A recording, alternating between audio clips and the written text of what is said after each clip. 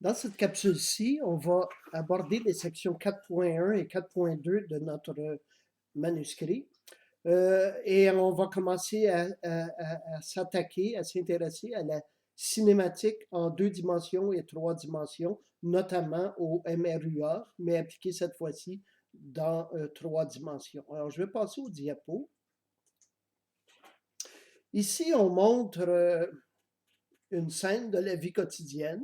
On a une voiture automobile qui s'en vient, qui va prendre un virage, elle va ralentir, prendre le virage, réaccélérer.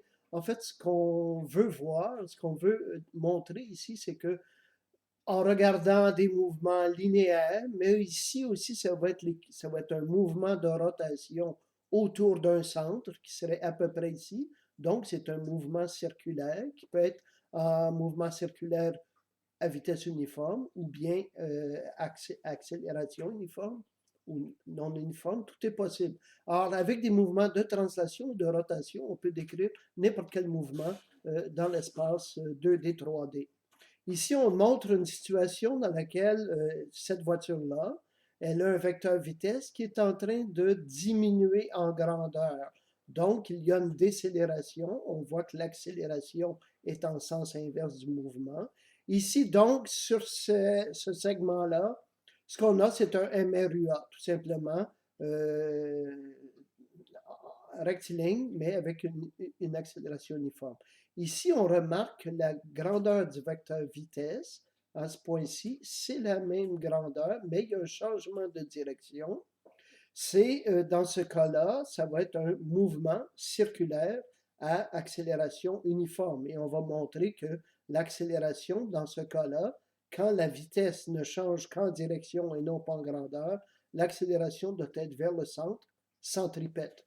Ici, on a un mouvement dans lequel le vecteur vitesse est en train d'augmenter en grandeur et également de changer en direction. Ça va impliquer deux formes d'accélération. Une accélération centripète pour expliquer le changement de direction et une accélération tangentielle pour expliquer le changement de la grandeur du vecteur vitesse. Les expressions qu'on a développées jusqu'à maintenant, par exemple, vitesse moyenne d'un point à l'autre. Bon, ça demeure la même chose et pour avoir pour pouvoir regarder de façon nuancée le mouvement, bon, on va tendre de plus en plus vers la vitesse instantanée et la vitesse va toujours être tangente au mouvement. Et là, cette fois-ci, le mouvement est dans 2 dimensions, dimension X, Y, et il pourrait être en Z également. Et on va avoir à décomposer à chaque endroit le vecteur vitesse locale. On va le décomposer en une composante sur l'axe des X ou sur l'axe des Y. Alors, la composante de V le long de l'axe des X, c'est la composante qui est adjacente à l'angle, qui fait donc intervenir le cosinus. La composante verticale de V, qui se projette sur l'axe des Y, ben c'est celle qui fait intervenir le côté opposé à l'angle, donc le sinus. Il va falloir devenir très agile à voir ces nuances-là, que ce soit pour une vitesse ou pour une accélération, on pourra la décomposer dans différents axes. Les équations du MRUA demeurent les mêmes, que ce soit dans l'axe des X, dans celui des Y, celui des Z. Ce sont les mêmes équations, incluant nos équations bonbons. Les trois mouvements sont complètement indépendants l'un de l'autre, mais à la fin, ils additionnent, à tout instant, ils additionnent le résultat de façon vectorielle. Alors, ce qui se passe en X est indépendant de ce qui se passe en Y et de ce qui se passe en Z.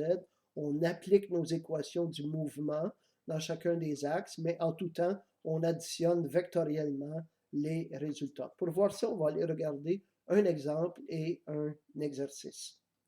Or, l'exemple 4.2 qui se trouve en page 97 de notre manuscrit, où on montre de nouveau les trois équations du mouvement en X, en Y, en Z. On a une fusée miniature pour laquelle on donne une accélération en X et en Y.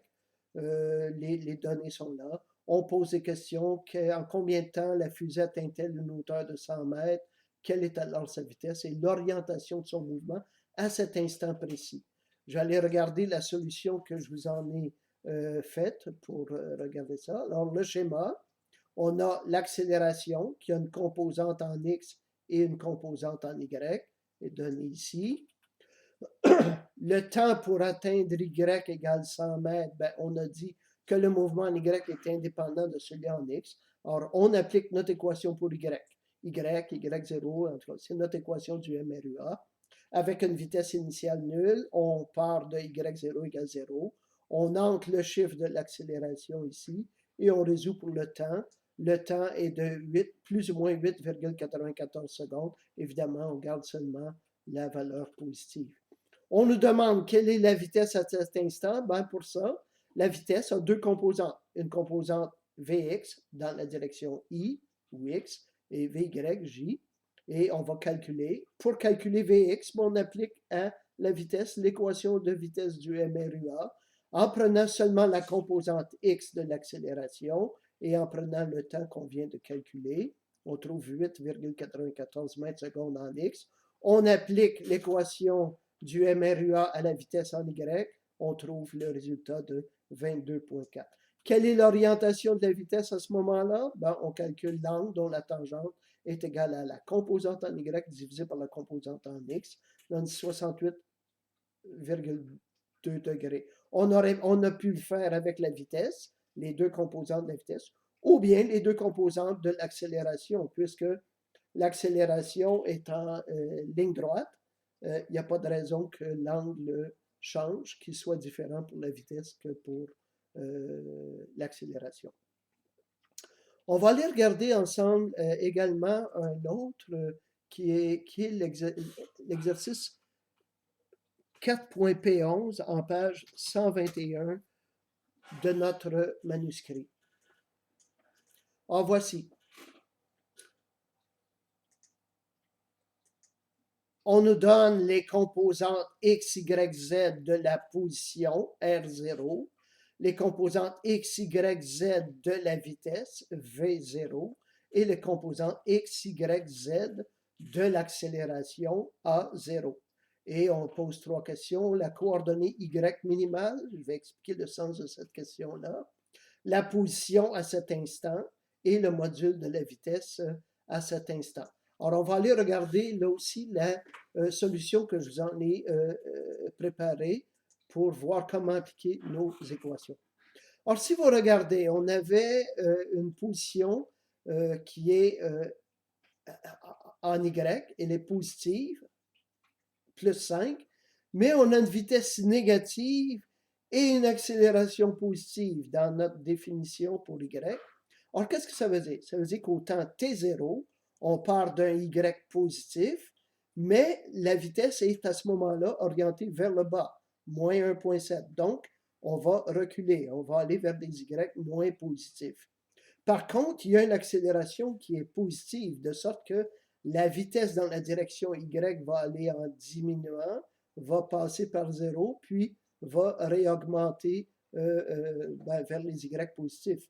Donc, en tout, ce qui va s'être passé, c'est qu'on commence par diminuer les valeurs en Y, on arrive à un endroit où la vitesse devient 0 et les valeurs en Y commencent à réaugmenter. Alors, quand on nous pose le Y minimum, ben le Y minimal va être atteint lorsque la vitesse en Y, la vitesse instantanée, passe par 0 et qu'il va y avoir un changement de direction.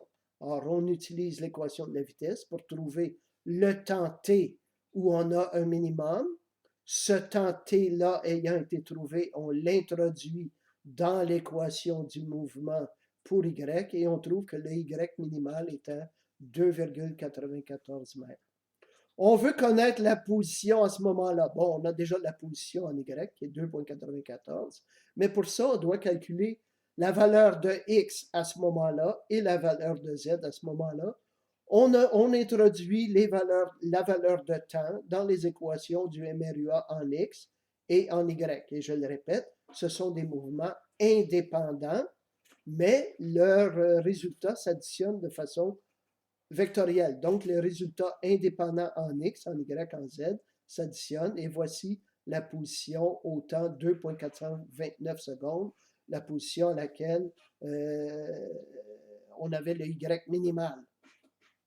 On calcule la vitesse à ce moment-là, ben, on applique par Pythagore, et j'en profite pour dire que le théorème de Pythagore s'applique à autant de dimensions que vous voulez, pas seulement pour des dimensions spatiales qui sont limitées à 3, mais en fait, si certains d'entre vous étudient en statistique, en mathématiques de façon plus avancée, vous allez voir que Pythagore s'applique au nombre de dimensions qu'on veut. On peut avoir des espaces à n dimensions et Pythagore s'applique. En revenant ici, on voit que on va calculer la grandeur de la vitesse par Pythagore. On va appliquer nos équations du MRUA à la vitesse en x. En y, ben, on a déjà vu qu'à cet endroit-là, c'est le moment où la vitesse en y passe par 0. On calcule dans z et on calcule le module de la vitesse. Alors, ceci va compléter cette capsule-ci où on a voulu introduire l'idée que nos équations de la cinématique peuvent s'appliquer dans les 3 dimensions de l'espace, qu'elles sont rigoureusement indépendantes les unes des autres, mais qu'effectivement, cependant, les résultats vectoriels en position, en vitesse, en accélération s'additionnent en tout temps. On a aussi introduit l'idée qu'on peut décrire n'importe quel mouvement dans l'espace par des mouvements de translation et de rotation. Et c'est ce qu'on applique dans toute la cinématique, la robotique, l'aérospatiale, nommez-les. OK, on va compléter ici. On se retrouve à la prochaine capsule pour regarder le mouvement du projectile.